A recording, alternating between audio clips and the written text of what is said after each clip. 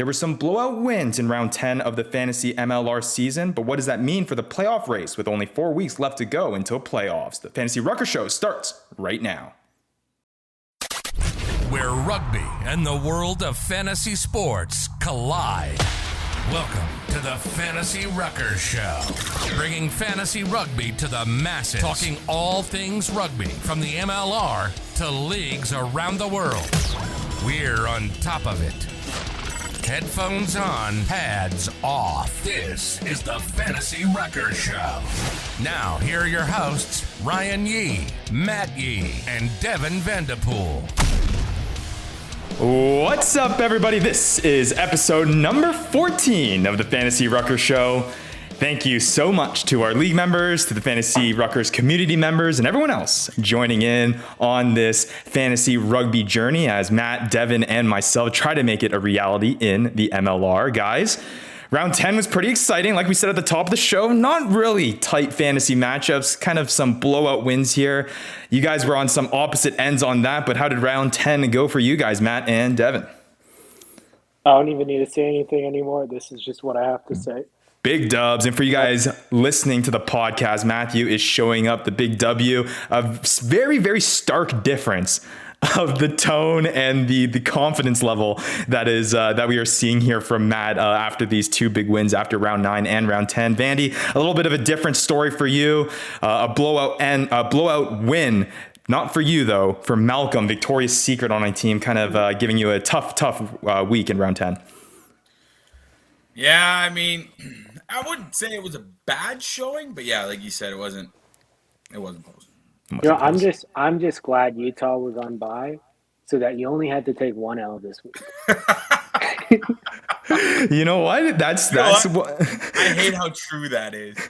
But you know what? The reason why Matt brings that up is because he's been going through, I guess so around 10, you've had 2 back-to-back weeks of wins, Matt, here. So you went through 8 weeks of misery, basically. I don't remember any of that. No, true. All I'm saying is that your optimistic thinking that got you through that is now leaking. You're trying to show Vandy the ropes. Yeah, I'm preparing him. I'm preparing him for more misery.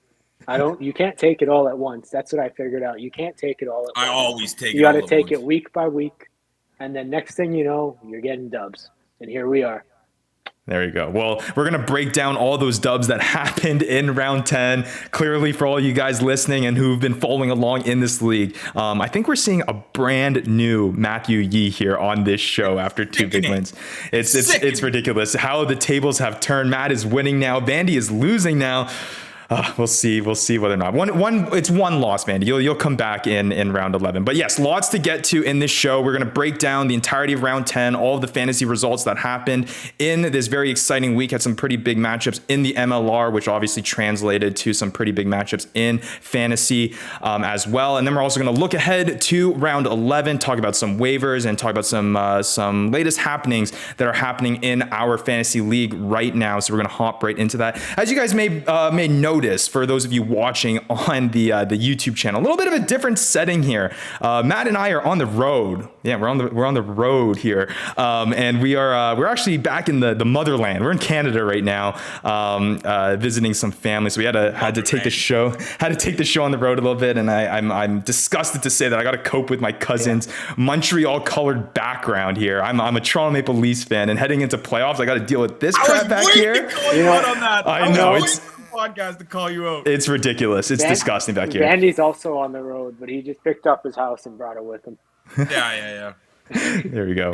That's trailer, but well, shout out to my cousin Nolan, who has this nasty Habs paint job on the back wall here. You know what I got back here? I think that's a bunch of championships. Oh, a little bit of a foresight into what may be coming, maybe later in the season for you, Matt. I think that's just all the W's I'm about to pile up in the rest of the season. All right. Well, let's move on and let's see whether or not, obviously round 10 helped you out on that journey to a chip. We'll see whether or not that can continue to go. But let's break down round 10 here and let's talk about some of the things that are happening around the league when it comes to the matchups. And we had some exciting ones, all starting on Saturday, starting off with the Toronto Arrows and Old Glory DC matchup. Pretty exciting. I mean, at the beginning of the match, guys, it seemed like it was Toronto that was kind of pushing ahead. Old Glory kind of stuck around, and then Toronto kind of pulled away with it. But Toronto allowing Old Glory to get back in the game, and that 34-27 score is a lot closer than what the match actually indicated if you have watched the whole thing.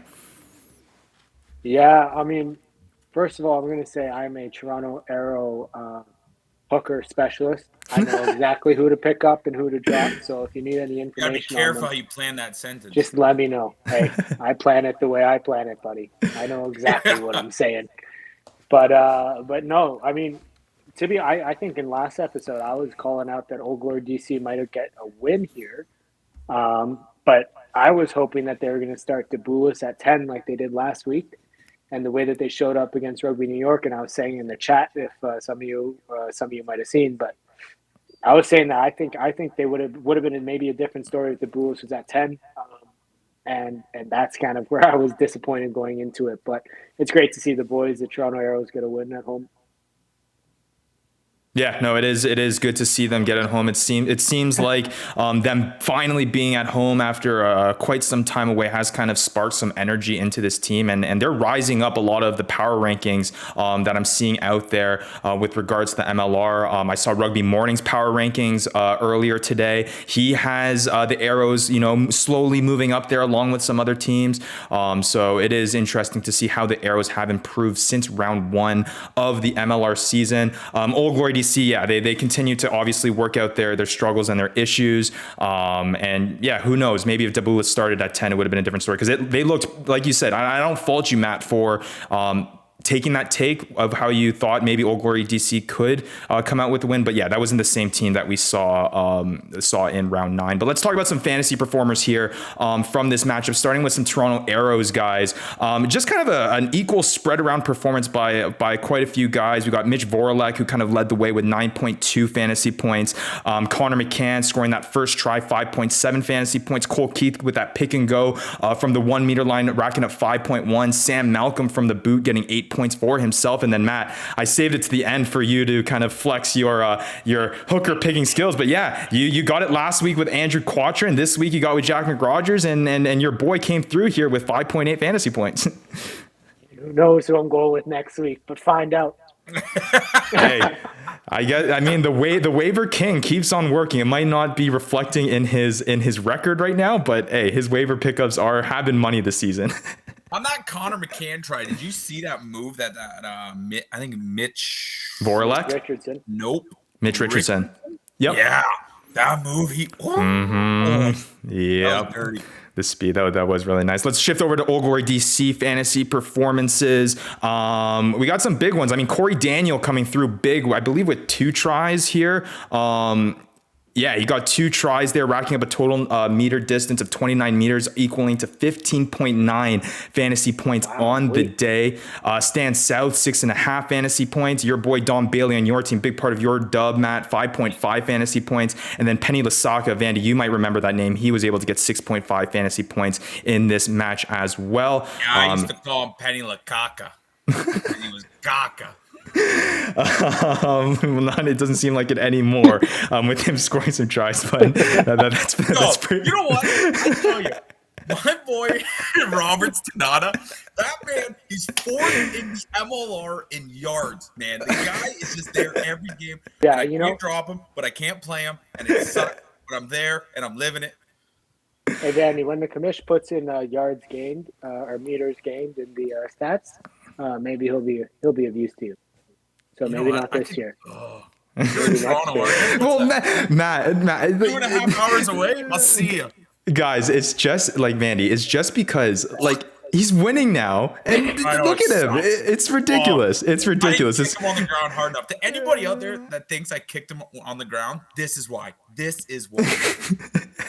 Well, yeah, Matthew's head, I don't think is going to be able to fit through the door at the end of this episode. But yeah, Old Glory DC, some pretty solid performances there. And I think that's the biggest takeaway here, guys, is that actual performance is not the same as fantasy performance. A team might be poor and may not get the wins. And obviously, Old Glory DC is struggling right now. But there is fantasy value to be found on these teams. And that includes other teams. Well, it's obviously trickier because the scoring opportunities aren't always there. But there are guys that you can kind of pick out here that can perform if you are in a pinch. Because I know with bye weeks and some of these lineups that come up late, some guys do get put in some pretty precarious lineup situations. So don't be afraid necessarily to be shying away from these worst teams because they're on Old Glory DC or on Dallas or things like that. But I think this matchup really distinguishes that. Yeah, we'll get to that. I know that matchup was a little bit tougher, but we'll see here. Let's move on to the second matchup here, guys.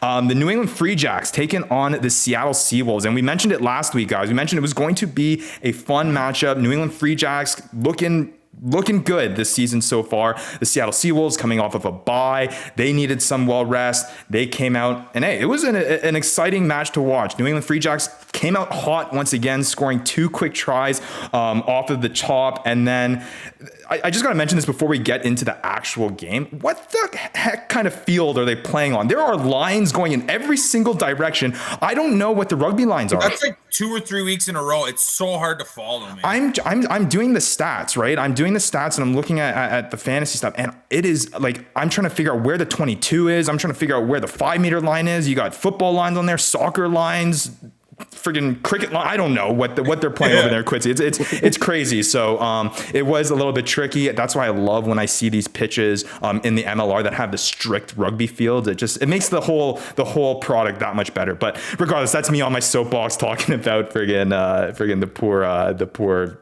lines and the troubles that it had for me to stat out these games. But nonetheless, fun matchup. And before I break down the fantasy performances here, guys, what were your thoughts on the Free Jacks and Seattle Seawolves? I think it told us a lot about these two teams. Yeah. Bowden Walker took a lick on that first try, though. Oh, boy. I mean, he made it a hell of a pass to get the try, but I mean, yeah, came right back, with a nice boot. But, hey, but that's just the magic of the Waka Flocka Flame. Hey, and shout out to Bodine Waka giving us the support too, sharing our fantasy story and our standings and everything like that. Obviously, he's hopping on. I had to pump his tires a little bit in the social post. I said, "Oh, Bodine Waka is pulling away with things. Who's going to catch him?" So obviously, if I was him, I would repost that too. I mean, the guy's 30 points ahead of Joe Peterson. Who's let me pull up here. Not MLR fantasy, but okay. Yeah, let me. It's a little bit ridiculous how he's just taking this fantasy league by storm. So if I was him, I would be boosting that every day of the week. And I mean, to be fair, the way that our league is set up, it directly like boosts him up. He's a kicker, right? And he scores points. He scores tries. He's in a lot of opportunities. And if you can piece those two things together, the chances that you're going to do very well are very, very high, and he's doing it at an exponential level. And that's why, he has 96.5 fantasy points on the season so far. The next person is Joe Peterson, your boy Joe Peterson, Vandy, who's Mr. Reliable from the boot. He has 67.7 fantasy points. Like Matt said, just under 30 fantasy points ahead of the second place person. Imagine if you had seen that in fantasy football. You'd be tweaking. You'd be like, what the heck kind of season is this guy having? But it's incredible what Bodine Walker is. And that was a big part of why Malcolm was able to put 40 points up against you, Vandy. So obviously a tough one there. But hey, on the other side, Seattle Seawolves, encouraging to see that they're within, I mean, let's not count the last play try, but regardless, they're in, a try plus a penalty. Dirty. I mean, but you're playing in garbage time and you're scoring a try. It's. I mean, to be fair, it gave them the bonus point. I mean, you're still playing for stuff. But hey, it's good to see that Seattle Seawolves are right there. especially after maybe a couple tough losses before the bye or the one tough loss before the bye. It's good to see that they're there competing. Good to see my set piece pickup planned out. Yeah, but it did plan out. They looked pretty good on some of those set piece plays. And I will say, I agree with you there, Matt. I do think as well that I think there's a little bit of I don't think we exactly know what type of team or how good this Seattle Seawolves team can be. I mean, the struggles that they were having heading into their bye week. I mean, if you go 7, 8 straight weeks of playing every single week, that's going to take its toll. And maybe that's what we're seeing with Rugby New York. I mean, Rugby New York had the bye week in the first week, and they've been crushing it out for the past 9 weeks straight. And now you can kind of see that they're struggling a little bit. I think it's a tough thing. So now that the Seawolves were able to get a bye week, play the number one team, I think played heavily in their favor. But yeah, it was good to see that they at least showed up. They didn't get the win, but I think this team is going to be competitive, and I don't think it is as bad of a Seawolves team as we thought maybe heading into the bye week or maybe even before that, as they struggle to get some wins there. But pretty promising to see. Promising fantasy stats as well. James Malcolm coming through with 6.7 fantasy points. Tavit Lopetti, 6.9 fantasy points. And then a big 8 fantasy points from Matt Turner as well. That is for the Seattle Seawolves. And then for New England Free Jacks, I mean, we mention it every show, man. 7.5 fantasy points once again for Bodine Waka. Like, are you kidding? Like, let me again. I feel like we mention this every single show, but I think I just need to reiterate just how consistent this guy has been on an explosive level. Like, it's not a Joe Peterson level. We mentioned this where it's just like, okay, consistent like 4 or 5 points because he's on the boot. This guy's doing everything. 7.5 points this week, 9 points last week, 5 points the week before, 6 points, and then he comes out with 24.8. It's just what we mentioned last show. Bodine Waka has the consistency. But on top of that, he has that kind of that boom factor where he can go off for 25 points. Don't know if a guy like Joe Peterson is able to do that, which is probably why he's not keeping up in the fantasy rankings. So that is Bodine Waka, 7.5 fantasy points. Slade McDowell, 9.5 fantasy points. And then, hey, this might be one of the pickups of the week. Paula Balakena, he came through. He looked fast on the outside for the New England Free Jacks, 14.4 fantasy points for him. So let's move on, guys. Let's move on to the next matchup round here. Houston SaberCats, Dallas Jackals. The biggest takeaway for me from this matchup is obviously the Dallas Jackals are struggling. I don't think we need to go over the fact that this team is going through a lot right now. Houston took advantage of it. They dominated from start to finish. So my biggest takeaway, at least from a fantasy perspective, is this is what I thought the 9 position was going to do. The performances we saw from both Dylan Smith and Nick Boyer on Houston, who subbed in later in. They were able to get these simple, just one-off passes, hitting a crashing forward, going in, easy try assist for a 9, or instant, a pass directly to a center, crashing in, a try. Those were the types of assists that I thought we were going to see more of, and I thought 9s were going to kind of have a bigger impact on our fantasy season, but I don't feel like 10 weeks in, we've really seen that. I mean, Vandy, you talked about it, how your 9, I mean, you started with Holden Younger, you move on to Ryan Lawrence, and they haven't performed for you this season so far as I thought we would. Nick Boyer. You did start with Nick Boyer. Nick Boyer. True. Was the last guy, the last 9 to get me any points, and that was in round 2. Right?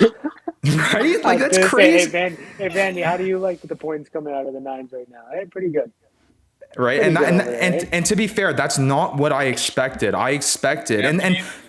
Well, exactly. And you picked Nick Boyer really, really high. And yes, there are other things where he isn't playing 9 a majority of the time right now.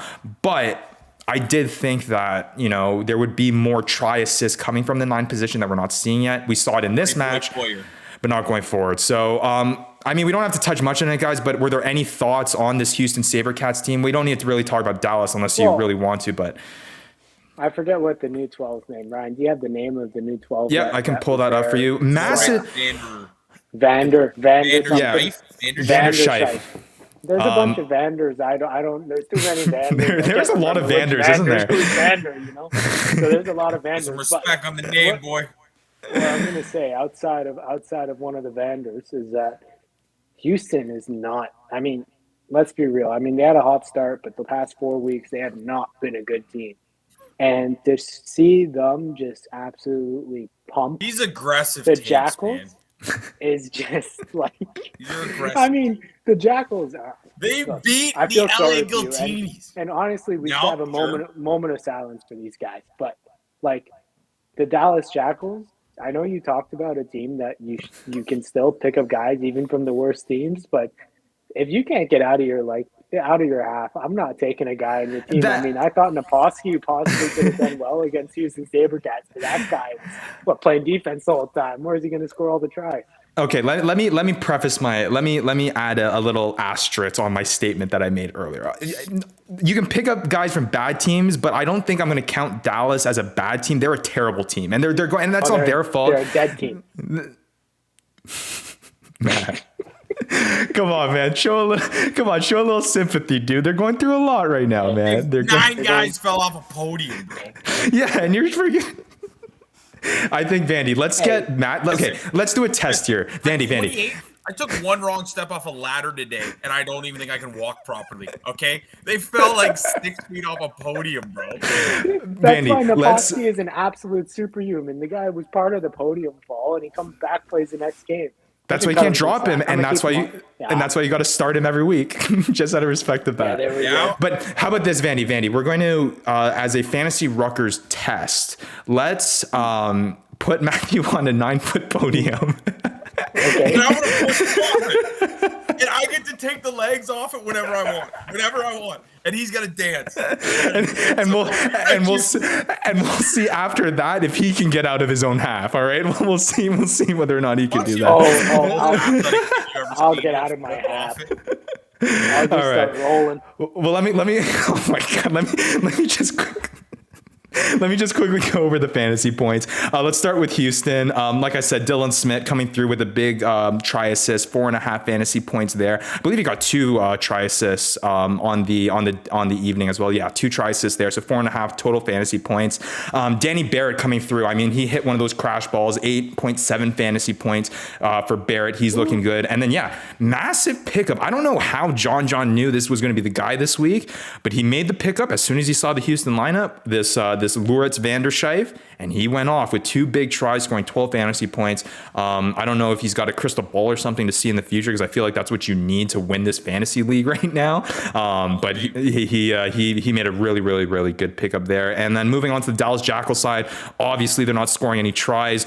They did score more points than Rugby New York this week, so that's a plus. The only person that really contributed from a fantasy perspective were the guys that were able to stay in the game for longer than 80 minutes, which was a handful of guys. And then you have Alejandro Torres, who is now taking kicks for the Jackals over Adrian Carlisle. So he was able to rack up 4 fantasy points. But yeah, to your point, Matt, I think Dallas is the exception to my bad team picking up fantasy players. I agree. You convinced me. But we're still going to put you on a 9-foot podium and see if you can cross half.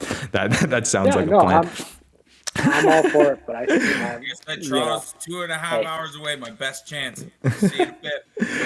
All right, let's move on to this next game, guys. NOLA Gold taking on Rugby Atlanta. The final score being 34-17 in favor of Rugby Atlanta. Man, Rugby Atlanta looks good.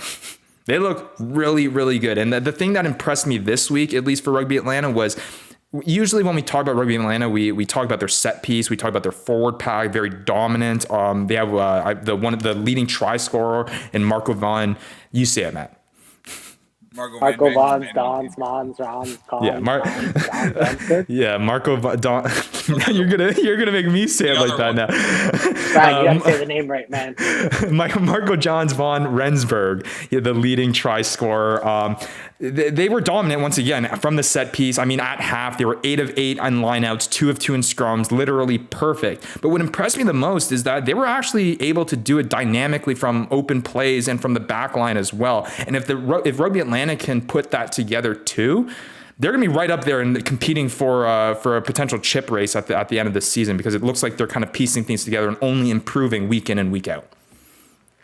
Man, I started watching the beginning of that game. I thought it was going to be terrible, because literally the sun was so in the camera, you couldn't see anything. It was just yellow. And I'm like, You're joking, man. He's gonna kill this camera guy. And it couldn't have started any poorer either with the kick from rugby from Nola. And I forget. I think it was I forget what player it was, but the guy botched it, right? I think it was Duncan Van Schalwick who botched the catch. It bounced right up.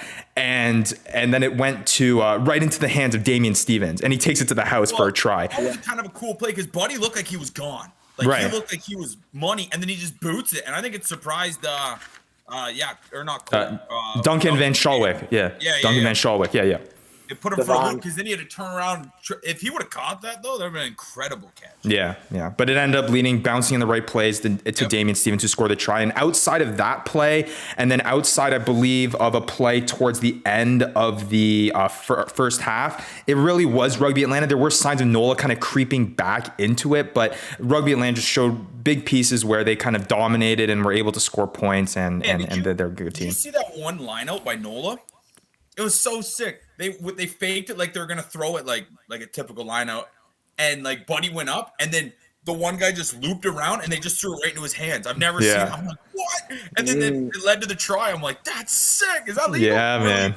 Yeah. Oh, yeah, man. It's always fun to catch line out trickery. Yeah, it's always fun to see some of those. Like, oh, look at that trickery, and I'm like, it's like Vandy when you see like a fumble Ruski or like one of those passes in football where it's like, oh my god, look, they pulled it out. That's like the equivalent in rugby where you see these kind of trick lineout plays. There was one a few weeks ago where they caught it up, they got the guy up, they caught it, they brought him down, and then they acted like they were gonna go to the maul, but then they shifted it and they had the guy who had the ball move to the left, and then he like found an open gap and he just walked right in. So like little plays like that, it's always fun. Cool. It was really cool. Yeah, it's always fun. I'm like, wait, is that good? That's good.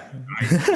And it's cool to see your reaction to with it. So it's fun. So yeah, let's talk about some of these fantasy performance. We'll start with Rugby Atlanta. It wasn't Marco Johns von Rensburg this week, but Johan Mumsen coming through 7.6 fantasy points. Austin White 6.4 fantasy points. Will Leonard 9.2 fantasy points. He's looking really good. And the guy that kind of led this match and Steven in our Discord channel actually mentioned, he said someone better have started Joaquin de la Vega Mendia. Guess we're running the show. And he didn't. But I mean, it was a good performance by de la Vega Mendia. But on the other side, but actually, he would have. I think he would have been close to beating you though if he actually started Joaquin de la Vega Banca Lega Mendia. No, man, you and your names, man. We're gonna record all of them. Yeah. But no, he scored 10.7 fantasy points. I don't blame Rugby Morning for not starting him because these past few weeks he's either been sitting or he hasn't done anything. So you can't just randomly put him out there. But it just seemed maybe he was injured and he came back and now he's going to be. It seems like from week one. He had no Lega, but now he got his Lega back. He got his Lega. You know what? Vandy, these wins has got Matt on a whole nother level, dude.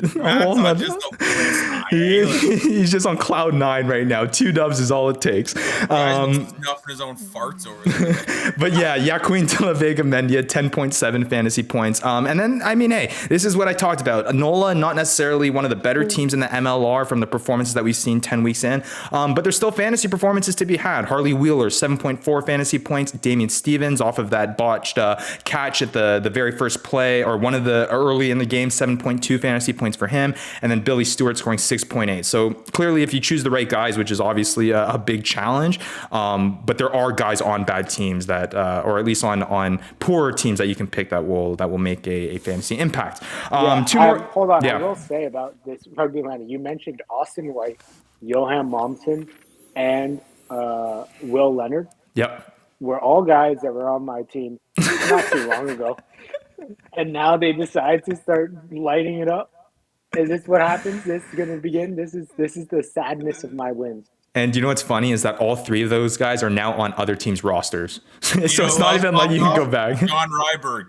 He dropped him too. He did. So we'll get to that matchup, which is exactly what I want to talk about. But before we get to that Giltinis matchup, which shocked everyone this weekend because we thought it was going to be the matchup of the week, and it definitely did not end up being that. But we're going to talk about the San Diego Legion versus Austin Gilgronis match first. And the Gilgroni, I mean, this was another one of the anticipated matches going in. San Diego Legion, one of the top teams in the MLR. The Gilgronis, also one of the top teams. Who is really going to come out on top here? And the Gilgronis showing that after a slow start, which is still worrisome for me for this Gilgronis team, especially when we get to playoff time, where when you're facing very competitive teams who will have that playoff pressure, you may not be able to get away with that. But nonetheless, once again, Gilgronis able to come through, getting the win 35 to 21. Yeah, I mean, the Gilgronis are still continuing to impress, even against some of the better teams. I wish Ryan Lawrence would impress some more, but yeah. Hey, that's okay. You drop him and he'll do great. Exactly. You know what? That's how it works. Yeah, it works in this world. It is. You know what though? It was your pretty sick game man- to watch. Even those kind of back and forth tries right before half, that was sick. Yeah. It was exciting. I know his name's Hugh, but Huge Roach. That was terrible what you did to my boy. Huge Roach, I got to get you on the show because you know what? You don't spit on God like that. Okay? Just absolutely. Okay. It would have been okay if you wrapped him, but you did it and you hit him high, and I swear I could have ran through the TV. No. Sits up though, and he kicks that, walks off like a god. It wasn't just the big hit. He smokes Joe Peterson. You know? He puts this humongous roach right on his face, right? Yeah. And then he goes and scores. He scores 2 tries after. He scores 2 tries in the game, right? Because he scored. He was one of the top performers for Gilgronis, and I mean, the big hit, couple of tries, no big deal. That's what I'm saying. So that's what I want to talk about is that, Hugh Roach not only gives Joe Peterson a nice big lick, but Hugh Roach has some speed. Did you see him flying? Oh my God. So this is what I was actually going to say is that, so this is what I saw as a hooker position coming into the season. Yeah. A hooker that gets the ball on the wing and is able to have those scoring opportunities to get either try assist or tries himself. And this is exactly what I was expecting and hoping for in the guys that I picked, and I clearly didn't pick them. But that was great to see, and I love seeing that out of a hooker. Well, I mean, there's nothing better, like Vandy. There is nothing. There is nothing better. There is nothing better than seeing one of the big boys take it to the house. And I'm not talking about one of the 1 meter picks and goes or the 5 meter tries. It is something about seeing one of the forwards getting it outside the 22 and just giving her until you can't give her anymore. And Hugh Roach was able to do that. I mean, to be fair, Matt, to your point, I think it's hard to find those guys right now because, I mean, this is the first time Hugh Roach has done it all season and we're 10 weeks in. You know what I mean? Let me know if you hear of any more, eh? So it is tough to spot that out.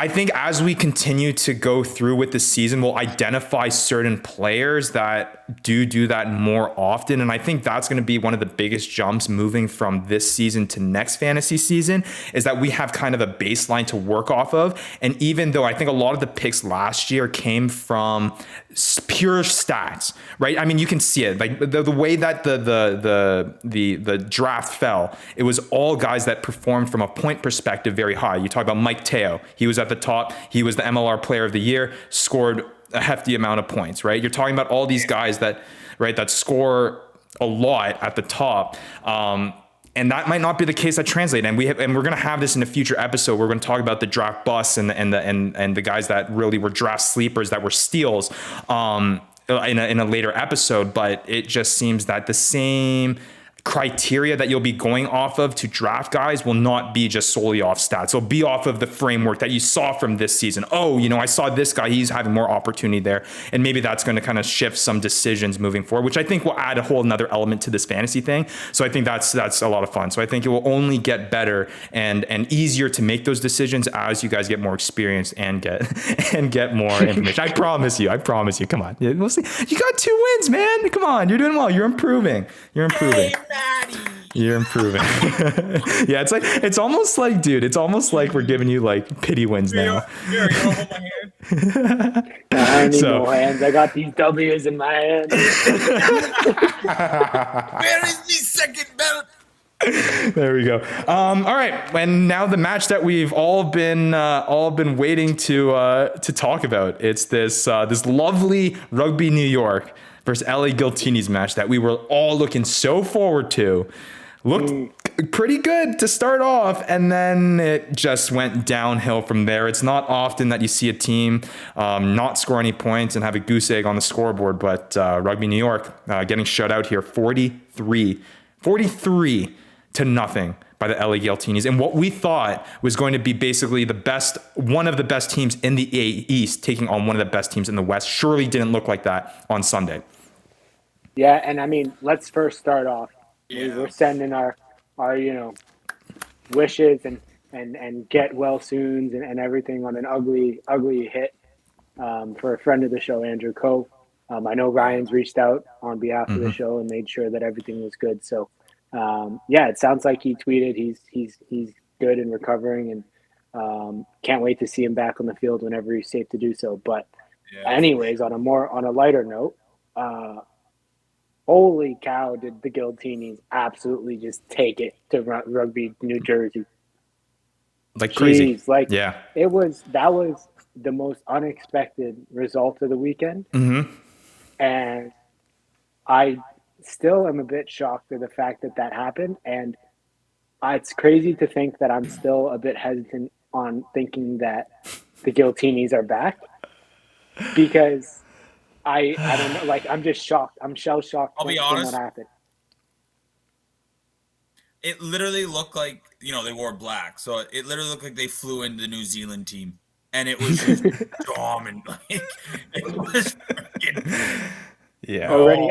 I mean, his boys. Yeah, I mean, so this is, I guess this is the game, dude. For a guy who put up nothing, I was having a game, bro. Yeah. Oh, yeah. I mean, to be fair, moose, bro. To be fair, IE did score points. He didn't designate him as the kicker, which is fair enough because you got the legend on your team in kicking. So there's that. But I guess, I mean, the biggest question for me, guys, from this match is this the LA Giltinis really showing up and playing a competitive New York team, or is this a New York team that just didn't show up on a Sunday and Giltinis took advantage of it? They came all the way from all the way from the East Coast. They were the away team. I don't want to give them any excuses, but I think that to your point, Matt, that is why there is still this looming hesitancy to buy into this Giltinis team, because the wins are just so weird. They early in the season, they're struggling. Their whole their storyline here of the 2022 season has just been an interesting one and a peculiar one. So it's hard to jump on board. But that being said, though, man, it was a dominant win, man. It was really, really dominant. It was. But if I'm dumb, I'm taking some confidence out of this one. Yeah. Like, for me, it looks like the Giltinis just stopped these big play teams. Like, Rugby New York was smothered. They couldn't do that kick they love to do out to Andrew Coe and their other, guys at the wing. They had none of that opportunity. And it seems like the only time the Giltinis struggle is when you're playing hard-nosed rugby and their discipline gets the best of them. Because once again, 15 penalties, 2 yellow cards. Like, that being said, at the end of the game, the yellow card, I swear, at the 80th minute, that dude threw a punch at one of the guys of the Giltinis. Hey, frustrated when you're down 40. It's frustrated when you're down 43 nothing. You tell him. It seemed like a discussion about it, and I think Will Tucker or whatever threw like a punch like 2 weeks ago, and the league didn't review it. And then some of the guys online are like, "Yeah, it seems they're kind of hit or miss about this disciplinary. Like if the ref doesn't call it, they don't feel they need to seek it out." And to me, he threw the punch and he missed. He just missed. Like, and Buddy pointed at him, and he looked at the ref. He pointed at him, and I'm like, "What?" Yeah. Hey, if you miss it, I mean, chances are you're down that bad. Emotions get the best of you, but if you miss, nothing happened. Didn't even make contact. There's nothing going on there. I guess. There's no intent in this. You make contact with the head, but if you miss, Hey, you're free. Next time You some got guys off running Yeah. down the field with the ball, he's just Let the former cheeky scrum half let the former cheeky scrum half find a way to get himself out, get his teammates and himself out of a punch. What I'll say about this one, about the Giltini, is that I was psyched to see, not so psyched that he wasn't on my team anymore, but Ryberg is finally finding his own way to get involved. I mean, there were so many times, and I mean, for both tries that he scored, he found himself on the opposite wing looking for work. And I've been, like I said this, I think week 2, week 3, I was saying that he's got to find work. He's got to, until he finds work, he's not going to score any tries. This week, he was able to find work. He found himself in some of those dirty areas, support lines, and found himself on a crash ball as well. And that's where he's going to be deadly. And if he continues to do that, great pickup for Bing Bong, Bing Bong. But I mean, we'll see. I still don't believe. I don't think he's all the way I mean, back. it's Ryberg's still trash. The thing about those tries, though, like you said, he was over there looking, and it was a handoff for a walk-in on his first one. But his second one, I don't think he makes that. I mean, he beast moded through the dude, but they were down like 30-something points. Homie wasn't trying to stop him. Like he was making a business decision not to stop the quadricep with eyeball. That was a business decision. To be fair on Matthew's point, maybe he doesn't make it, Vandy, but at least he's in those situations now, right? At least he's there. I can't give Matt this, man. See how cocky he is? I won't give him it. You got to give me that point. You got to give me that point for your boy. But no, it's to that point, though. I mean, the weeks before, you don't even realize that he's on the field, really. I mean, you see him get the ball a few times, but other than that, like, you don't really realize on the field. This game is finally, like, the fact that he was there to score those crappy tries is just good enough. It's a good enough sign for me. But again, I still think he's trash right now.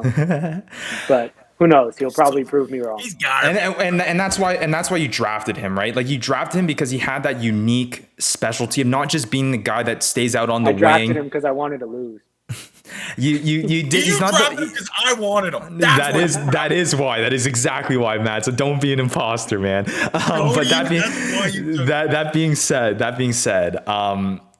you drafted Ryberg, or the enticement of Ryberg, his size and his ability to almost be like a de facto center while he's a wing, right? He'll find those inside lines. He'll get back into the play. He'll find those dirty areas. Like Matt said, hadn't been doing that, but that's how he scored his 2 tries here. So we'll see whether or not he can keep that going forward. Just 2 simple things I want to say before I get into the fantasy results from this matchup. Obviously, all those results coming from Giltini's players, but huge fantasy results. I want to talk about 2 things here. First of all, is the MLR going to give a trophy for every single rivalry that's in the league? I don't know if you saw when watching the match, but at the end of the game, they had a trophy that was bigger than the MLR shield that they give the champion. And apparently it is Dire shield or whatever. No. So they had the shield is the one they win in the championship, but they had this cup. They had this cup sitting behind the benches, and then they bring it out at the end of the match. I'm like, what the heck is that cup? And I'm Googling it. And then I realize they're calling this the Champagne Cup. Every time that the Giltinis and the Rugby New York meet, it's the Champagne Cup. And I understand like the Battle of Texas and having a cup for that. It's pretty literal, though. But come on. Like, why are we stretching for these things? And then to back it up with a 43-0 win. Like, yeah, real good rivalry, MLR. That was a really good start to the Champagne Cup. So, right, exactly. Yeah, I think the Champagne Cup's actually sponsored by the Giltini Champagne-sponsored drink. So that's why Mr. Gilchrist used another way to put his name on the Giltini Champagne brand. What do you call a Gilchrist champagne? We got the Giltini, we got the Gilgroni, a Gilchamp. A Gilchamp. A Gilchampini. Gilchampini. Get me one of those. Like it's yeah, Gilchampini. Get me one of those. Okay. The second thing I want to bring up, after the Giltinis were running away with this thing, I was trying to look for things in this match that would, entertain me and big takeaways other than the fact that the Giltinis absolutely demolished Rugby New York. biggest takeaway, Henkel Gramicious decided to send Fuatai to the Shadow Realm. Yeah. See you later, bud. Oh my Head gosh. down, adios. Henkel Gramicious had an incredible game, a man of the match in the Giltinis match. But that, I saw it on Instagram and I saw it during the match, and I was just like, oh my gosh. And I don't know if you're aware, Vandy, but that's his former team. Oh, really? Yeah, Henkel Gramicious, I'm pretty sure, was on Rugby New York last season. You fooled me. There was no love in that. So, yeah, not at all. Do you know what the trainer probably asked Fuatai after he got hit like that? He said, "Who's the guy that just hit you?" And then Fuatai goes, "I'm going to go punch it." Oh my God. I go Gramicious. It was Henkel Gramicious. That's terrible. I take it back. I'm sorry. Right, cut that bit. Right, cut that.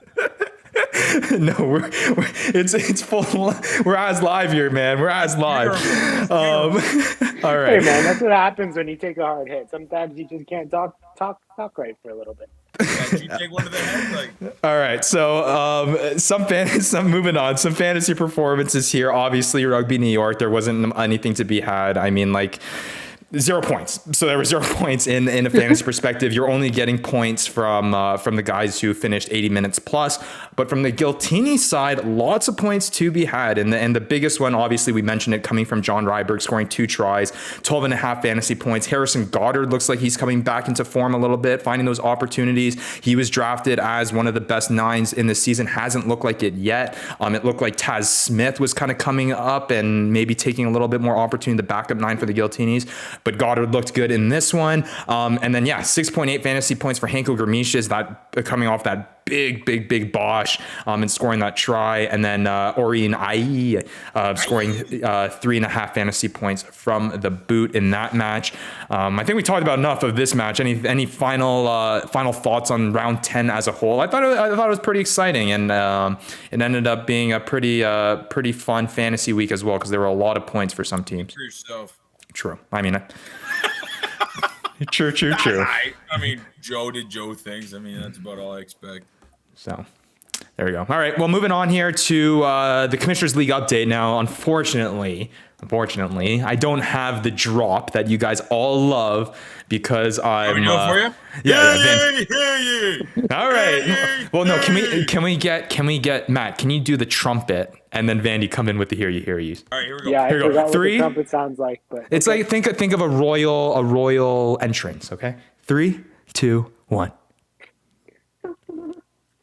I said hear the What trumpet. kind of weak trumpet is that? Oh. All right, moving on. The Commissioner Yee's update of the league, breaking down all the latest that's happening in the Fantasy Ruckers League, talking about the points, talking about our latest standings. Well, let's have a look at how round 10 turned out. In our very first matchup of the week, Lads on Tour taking on Bing Bong Theory. And oh my goodness, it was a landslide win for Lads on Tour. Bing Bong Theory has been struggling the past few weeks. No one on his team was able to get higher than 1 point. So he was looking a lot like Rugby New York or Dallas this week. Lads on Tour, man, he Slade McDowell, big performer, and the big pickup was what got him the win. Loritz van der Scheif coming in through on Houston, scoring 12 fantasy points. Moving on to matchup number 2, Rugby Morning falling to Ruck and Roll, and that is back-to-back wins for Ruck and Roll. Now sitting 3-7 on the season, 23.3 fantasy points over Rugby Morning's 9.9. And it came off the back of Jack McRogers and Dom Bailey. Huge hooker pickup for Matty. Seems like he's picking up hookers every single week that are performing well. Yes, phrasing, but he seems like that is a big component of his wins these past 2 weeks. We'll see whether or not he can keep that going forward. Moving on to round 3, sorry, Vandy, but Victoria's Secret, Malcolm's team, putting up the week high 40.4 fantasy points on your 18.5 fantasy points. It was kind of like your performance last week, Vandy. It wasn't anyone that got like over 20 or over 15. It was just consistent play from a handful of guys. I just haven't played the guy who gets 30. Performers on Victoria's Secret's team, James Malcolm, 6.7, Henkel Gramicious with that big Bosch, 6.8. I mean, that Bosch should add another 10 points, but even though I do make the rules, I don't want to make that rule. 8.7 fantasy points for Danny Barrett, Damian Stevens, 6.2, Bodine Waka, 7.5 fantasy points, and the LA Guiltini set piece coming through with 3. He scored also a maximum fantasy points. All of his players on his bench put up goose eggs, so he got the most points out of his players on this team. And Matt, you remember the positives that come out of that. For Vandy, it's basically Joe Peterson if Bjorn Basson isn't coming through. So. Man, he literally put up 40.1 against me in round 3. Malcolm. He likes beating you. He likes beating on you, man. Put up 25 that week. Doesn't it feel? Mike Smith got you 1 point. He didn't get you a try, but he played an 80. And I forgot to mention that you did pick up Michael Smith, and there is a lot of respect that we do the show last week. He says his piece about how San Diego's going to do. They didn't get the win, but hey, you went through with it. You picked up Mike Smith. We said that I told you he's not going to be the guy that gets you the try. He did say he was going to try to get the try this week, but he's a guy that's going to guarantee get you 1 point every week.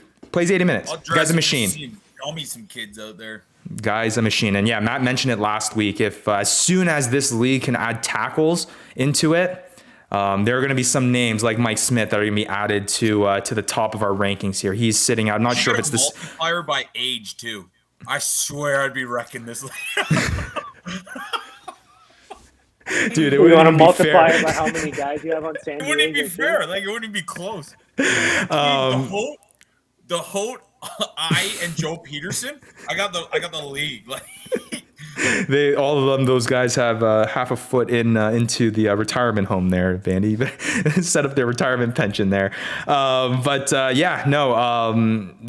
a tough week for you, Vandy. At least, here's the positive light. You don't need to face Bodine Waka for the rest of the season unless you make playoffs. So I used to. There's the negative light. Your 9 still suck. Oh my gosh, coming in right in there. I'm lagging out. Okay. At the beginning of the season, I just slated myself. If I got close to Hokie, I did good. And this week I beat Hokie. So you know what? I did good. There we go. And that's that. Well, Get your hands down. I can smell you from here. All right, and then moving on to the final matchup of the final matchup of this fantasy week. The struggles continue for the Dankus Anchors. He falls to the Feral Hippies, and hey, you know what? We've been giving a lot. That's what I'm gonna say. We've been giving a lot of pity love to Matt for getting some weak wins here. This is not a weak win by Steven. He put up almost 40 points in his first win in our fantasy league. Let's go, Steven. There we go. You know what's a joke about this is that because he gets a win, I'm still going to end up in darn last place. I get 2 wins in a row, and I'm still in last place. I'm shook again. Yeah. Shook. There is some interesting things that are happening in the standings. But yeah, the Feral Hippies beat the Dankus Anchors 38.3 points to 18 points, largely off the back of Will Leonard and Harrison Goddard, 9.2, 7.5, and then Johan Mumson putting up 7.6 point. The boot of Mac Mason getting 9.5 points, and the assist ability this week of Dylan Smith, 4.5 points, was just not enough to get Dankus Anchors the win, so he falls. And Matthew, speaking of the standings that you mentioned, I'll go through it right now, and it has gotten very, very tight. And I will say that, man, this playoff race, the last week of the regular season for this league is week 15. That is the last regular season game. So we're heading into round 11. So there's 5 more matches left to go in terms of getting your spot into the playoffs.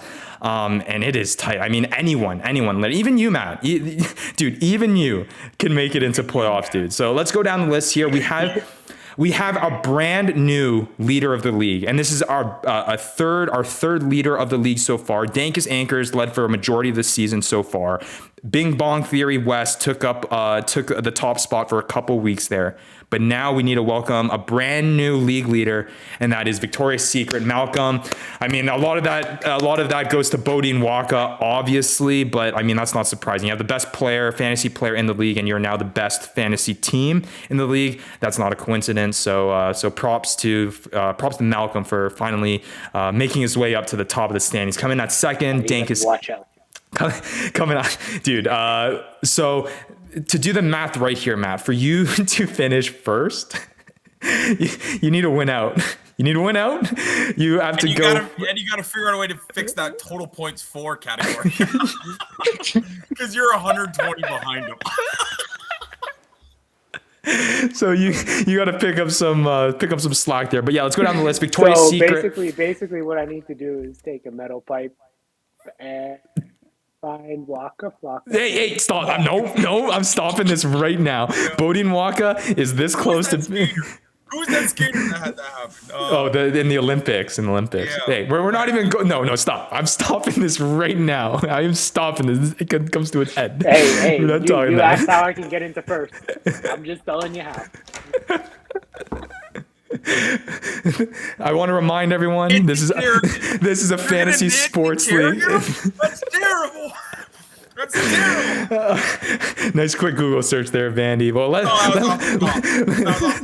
let me get through the standings here. Dankus Anchors falls to second place. He now sits with a 6-4 record. In second place, Bing Bong Theory struggles continue 6-4 record for him. He fell from second place. Lads on Tour jumping up to fourth spot. He's now sitting with a 6-4 record. And guys, seventh is the league. High. To get into playoffs right now, you need 6, and 3 teams are tied for that. And now for the playoff race just outside of it. Rugby Morning, 5-5 record. The Rucking Goat, 4-6, Vandy. You're right there. And then Feral Hippies and Ruck and Roll, 3-7 records each. I did not forget you this week, Matt. I did not forget you. You're sitting right there. But for me, as a commissioner, right, and wanting obviously a competitive league and wanting everyone to still be in it by, playoff time or getting into playoffs, don't give me that faces. You guys have to be pretty happy, okay, with only being 1 or 2 wins or 3 wins outside of a playoff spot. 120 points outside of a playoff spot. I got 268 points against. Guy at first got 217. That could be part of it too. That could be, but that's an optimistic thing though. You are still sitting at almost a 500 record, and you have the most points scored against you in the league. Almost 100 more than that Lads on Tour. It's crazy, dude. But I mean, you're right there. 5-5. The cutoff line is the cutoff line. Dankus Anchors. Rugby Morning gave me a good one earlier. Just beat it. Well, hey, at least if you're gonna get beat, you'd rather get beat by a hefty amount rather than what Wes went through last week and getting beat by 0.1. I feel like I'd rather get smoked. I'd rather just not get beat, but I mean, sure. Fair enough. Fair enough. But so there's where the standings stand right now, and I think it's going to be competitive. And I would not eliminate anyone out of the playoff race. Not to get to first place. Window next to me. You need 5 straight wins. Okay, but just to get into a playoff spot, you're only 3 wins away, man. You're only 3 wins away. So. Yeah, right there, I'm just looking. I'm looking here, and I'm pretty far away from points for. Right, but the points for only happens if it's tied. So we'll see whether or not you can go in. We'll see if you're seeing a lot of ties on that board right now, and my points for do not help me out with that at all. So we'll see whether or not maybe you can kind of push through here and make a little impact. If at the very least, Matt, at least spoil some dreams of something. Okay, this is what I want to bring up.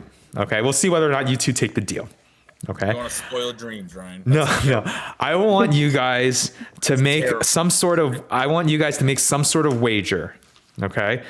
Vandy has a little bit of an advantage here, but whoever can finish the season with a better record, I want the other person to have to take a penalty of some sort. So I want you guys to discuss and try to figure out a deal here. If you guys are confident in one that's a relative fair race, we'll see whether or not you guys can cook something up here, but I think that'd be quite entertaining to see it. If you guys aren't going to feel like you're going to make a competition till the end for a playoff spot, at least make it interesting between you two. What are you laughing at, Matt? All right, I already got my thing for Vandy. Oh my God. All right. So come up with a thing. And I want it would be funnier if it was on show. No.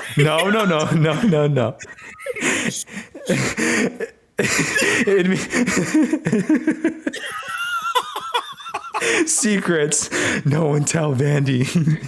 But yeah, think about it, and we'll come back, and I want it to be something that we can show the people, show the fantasy community members about this year. But it'll be fun to see a little race to the end here between you two, since you guys are so close in the standings at the very least. But all right, guys, let's move on. I think everyone's waiting for some of the waiver wire pickups of this week before we head into a little preview of round 11. And I just want to quickly remind before we get into this, if you're not doing it yet, make sure you follow us on Facebook, Instagram, or wherever on the socials at the Fantasy Ruckers. You'll be updated with the latest league updates, all the latest happenings in our league.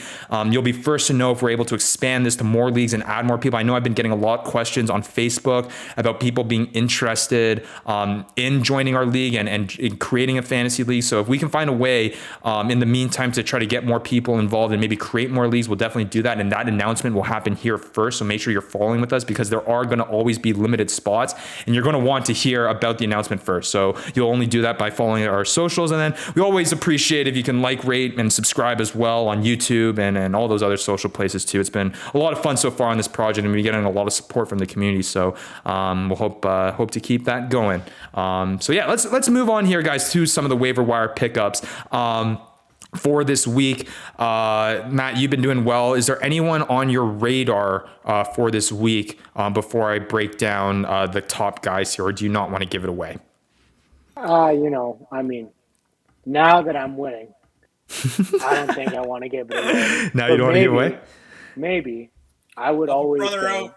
I've never taken your advice yet, but screw it. I'll do it now. Paul Balaclava. Oh my! You and your names, man. You and your names.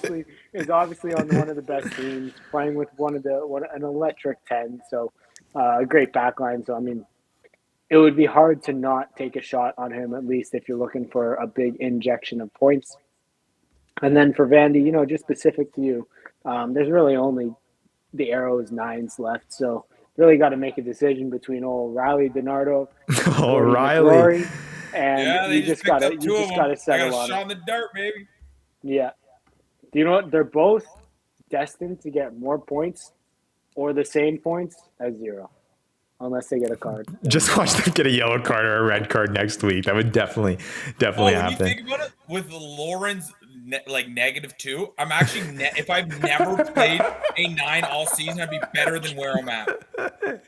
And that just adds to, I did not think that was going to be the 9 position, because you didn't come in the season you didn't think that your 9 was going to be the issue when you came into the season, but I really didn't think that I was in a position that I was better off not playing. It clearly has. But yeah, let me mention some of the top guys who are available in free agency. And I will mention, not only are there guys here that had big round 10 performances, but I will mention there were some guys that were dropped ahead of last week because of some last minute moves that needed to be made that are available that could be a good pickup. And I can kind of see the faces on both Vandy and Matt who are kind of sweating here about guys that I'm going to mention. But I'm going to stay on bias. I'm going to mention them all, and everyone can take the pickings. I'm not sweating. No sweat in here. All right. So top right now sitting in the waiver wire is Jack Hayden. He came in as a sub Jack Hayden. He came in on a sub for Rugby New York. Obviously, we can't take that game with we have to take that game with a grain of salt with the Rugby New York team. He obviously hasn't performed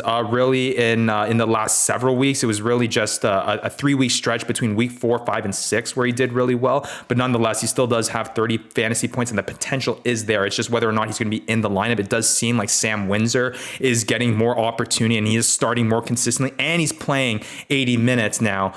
He didn't get subbed out in that last, and I'm not sure. I think he got moved out to the wing. I feel like I saw him out the wing towards the end of the match there. Especially towards when Andrew Coe got something, they made some lineup changes. So we'll see whether or not that had an effect on Jack Hayden. He's listed at back 3, but I know that Hayden has played fly half, and he can play the fullback position as well. Matt, you mentioned Paula Balacana. He's 30.1 fantasy points right now. He hasn't played all season until these last few weeks. He has played during the weeks, but now is really where he's kind of exploding here. He had 7.4 fantasy points in week 7, week 8 and 9. He didn't put any performance up, but now coming off of a 14.4 fantasy point performance, it's looking very, very good for him. And then getting to some of the players that were dropped. I mean, we have Caleb McEnany, 30 points. He's a fly half. He kicks for your Utah team, Vandy. He's a pretty reliable starter there. So if you're looking for a kicker, if you're looking for a fly half, he's one that was dropped last week because of the bye week that is available there for someone who has those needs. Harry Barlow is there, 25.9 fantasy points, New England back 3 player. Austin White, 25.5 fantasy points. And then Corey Daniel coming off of that big 15.9 performance as well. He has pushed himself into the rankings. And then Hugh Roach too, he's moving up slowly with that 13.6 performance as well. So very rare here, guys, that we're seeing any players now that are kind of that consistent player that's, every week going to get you 5 points. We're really seeing those explosive guys that kind of, go off for 15 points here, then have a stretch of 0 points. But I think at this point of the season, you're wanting to get that, maybe Vandy for you, knowing that you have Joe Peterson in that baseline, you want to try to get those, explosive players into your lineup, and there are some available. Yeah. I will say, though, before you go, Matt, I will say that every single week, this waiver wire gets thinner and thinner and thinner. It just seems like you guys are getting more aware of kind of the players that are having those opportunities, and you're shaking off those guys that maybe had a big name value earlier in the season and aren't playing now, that you're getting rid of. And I think teams are doing that, which is making the waiver wire a lot more desolate than what it was, 2-3 weeks ago. That's what I was going to say. I mean, it seems like, at least how I've felt, is that people are more willing to drop some of the guys that they've been holding on to for the past weeks. Mm-hmm. And I think most of the time it's paying off. And I mean, guys are just shedding guys like, Caleb McEnany and Jack Hyden. And I mean, I shedded a few guys that I was just not willing to hold on to anymore. So I think it's getting a bit more common, and guys are realizing that, hey, if they're not performing, if they're not in there, then you got a better chance if you try and make a stab at the waivers or the free agency. Yeah. So there's guys available there, but yeah, like you said, it's getting thinner and thinner each week. So as always, for our league members, the waiver wire is going to run on Thursday night, midnight Eastern time. So make sure you get your waiver wire pickups in before that time, and then those will process Friday morning, and then that's when free agency opens, and then you can go in and make your pickups going forward. So I'm excited to see what claims come in. It's always been interesting. Before we move on to the Week 11 preview quickly here, it's always interesting to see kind of the weeks that have a big influx of waiver wire claims, because I feel like we have those, and there's some weeks that just don't have any, or maybe a few. So we'll see what we get here in round 11, ahead of round 11, with more of a shallow waiver wire than usual. So all right, guys, let's move on to a week 11 preview here before we wrap up this show. Some exciting matchups here to come. We got Old Glory DC taking on your boys, Vandy, the Utah Warriors. That's coming up on Friday. Actually, we have a Friday night matchup, and I will say I like having these Friday night matchups instead of all. This is the game, right, Manny? This is the one they need to win. I'm not coming on the podcast if we lose. And you know what? I'm completely okay with that. You're not invited. See you in 2 weeks, buddy. See you in 2 weeks. Yeah, it'll be venom. There is no reason that Utah should be losing to this. They're coming off of a bye week. All right. And Old Glory DC is not looking as good, especially coming off of that loss against the Arrows. You don't deserve it after firing our coach for no reason. We'll see. So yeah, that's the night on Friday. I feel like the Utah Warriors have been getting a lot of like kind of these prime. I don't know if you want to call it prime time, but kind of these like soul games on Friday or Thursday. I feel like, I don't know. I've seen a lot of Utah moving time game. Utah matchups up this season so far. And then heading into Saturday, we got the Arrows taking on NOLA Gold, LA Giltinis taking on the Houston SaberCats, the Seattle Seawolves taking on the San Diego Legion. And once again, guys, we have a packed Saturday. The Dallas Jackals taking on the Austin Gill Gronies on 9 o'clock on Saturday to wrap things up. And I'm pretty sure, right, I got the days right. The 15th is the Friday. Yeah, the 15th is the Friday. So yeah, all the games are on Saturday except for one match on Friday. But out of all those matches, guys, what are you looking forward to the most? I think actually the Old Glory DC Utah Warriors game is going to be pretty good. I think Old Glory DC is going to come out with the dub. Oh my gosh, how many? Okay, Matt, how many times? Okay, is it the rest of the season until they get the dub that you're going to be saying that? Is that what it is? Because no, but actually this one's real. Because they're still undefeated, man. I hate to say it. This one's a real one, but it could be. But hey, Seattle Seawolves, San Diego Legion, that's a huge Western Conference matchup. That is a huge Western Conference matchup. That is a big one because right now, I mean, the Seattle Seawolves are sitting at 4-5, but the Legion only 5-4, and kind of reflective of how our fantasy rankings are going. I mean, they flip-flop right there and tie the record if the Seawolves can get the win, and that's huge in a playoff race in the Western Conference. So that will be big. Vandy, any ones for you? I mean, obviously you're going to be watching the Utah Warriors match, but there's any on Saturday that kind of entice you a little bit? I think that Seattle, San Diego one's going to be pretty good. For me, you like the Gilgronis and Dallas Jackals. Okay, we'll say it here, and we'll see whether or not we guys get it right. Plus or minus the Gilgroni score over 40 points on the Jackals. Or is that too high of a line? 35? Too high of a line. Okay, let's go 35 points. Still too high. Go 30. I'm going under. 30 points. Okay, 30 points. 30 points. What about 30? You're talking the difference or No, No, you know what? Let's go difference. Different? Yeah. I'll go over 30. Over 30 point. You hate the Dallas Jackals?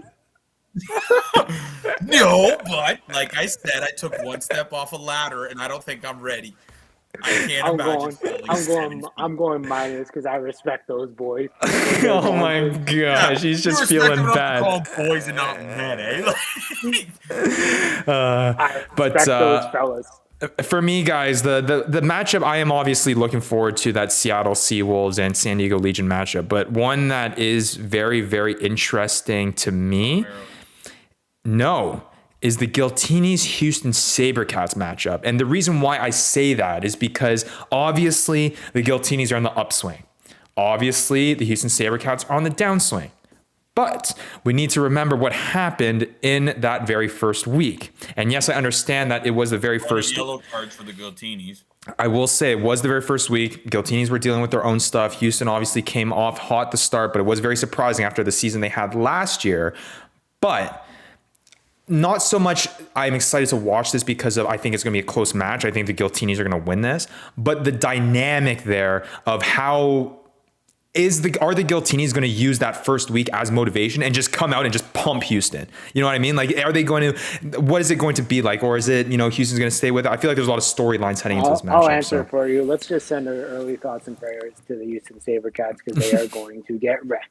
Okay. All right. Well, there we go. I guess that's how we'll finish it. We'll finish it with the Houston Sabercats finishing off the way they did last season. But I don't know. We'll see. It's interesting to see what. I mean, there was a big win the first week. That doesn't mean nothing. It means something. So we'll see. I don't know. Well, it was 10 weeks ago, so it kind of means nothing now. Well, yeah. I mean, I guess I'm saying is that the performance was there. So the capabilities to come out to do that again is in the realm of possibilities. Not likely, but in the realm of possibilities. But nonetheless, any final thoughts, guys, about round 11? Any other? Yeah, I'm going to get another dub this week, so watch out. Okay. I think here, hold on. Let me pull up who you guys are facing, and I'll let you, because we're kind of getting into the intense part of the season. Let me allow you guys, instead of having a Vandy's hot mic, let me allow you, each of you, to give a nice little message to your next competitor. Sure. So speaking of this, I think morning, I was kind of silent in the chat, by the way, just because I didn't want to jinx anything. But get in the paper bag. Stay there and don't ever come out. Thank you. Matt's like the dog that barks behind the fence. You know what I mean? Yeah. Like he's like the one that's like, okay, so the fence is there. All right, so I haven't. It's not official yet. I can't. I don't want to. I'm chirping, and then as soon as it opens up, it's okay. But I do it live on air. All right, so Matt, you are facing this week Steven. That is a big Big match, man. That is a big match this week. Steven, the Feral Hippies taking on Ruck and Roll. That's going to be a good one. We could finally see Matt maybe leave the bottom of the ranking, or maybe Steven is the one that puts the nail in the coffin and keeps you down there at the bottom of the heap. And then Vandy, for you, we have you taking on Bing Bong Theory, and he's struggling a little bit right now. He only put up 5 fantasy points this week. We'll see whether or not he can get the win. I don't know. We'll see. But it'll mean a lot for the fantasy standings moving forward. And like I said, there is only 5 weeks to go until our fantasy playoffs. Only the top 4 teams make it. And like I said, there are only 4 wins that separate the very best team in our league and the bottom team in our league. So the show is definitely not over. The season is definitely moving on. I'm not going to say I'm not saying nothing. For Matt Yee, for Devin Vandy Vanderpool, I'm Ryan Yee. Make sure you tune in next week on Wednesday, and we'll see you then. You've been listening to the Fantasy Ruckers Show, bringing fantasy rugby to the masses, covering everything rugby from the MLR and beyond. We hope you enjoyed the show. Make sure to like, rate, and review, and be sure to tell all your friends. We'll be back soon, but in the meantime, connect with us on social media at the Fantasy Ruckers. Till next time, this is the Fantasy Ruckers Show, signing off.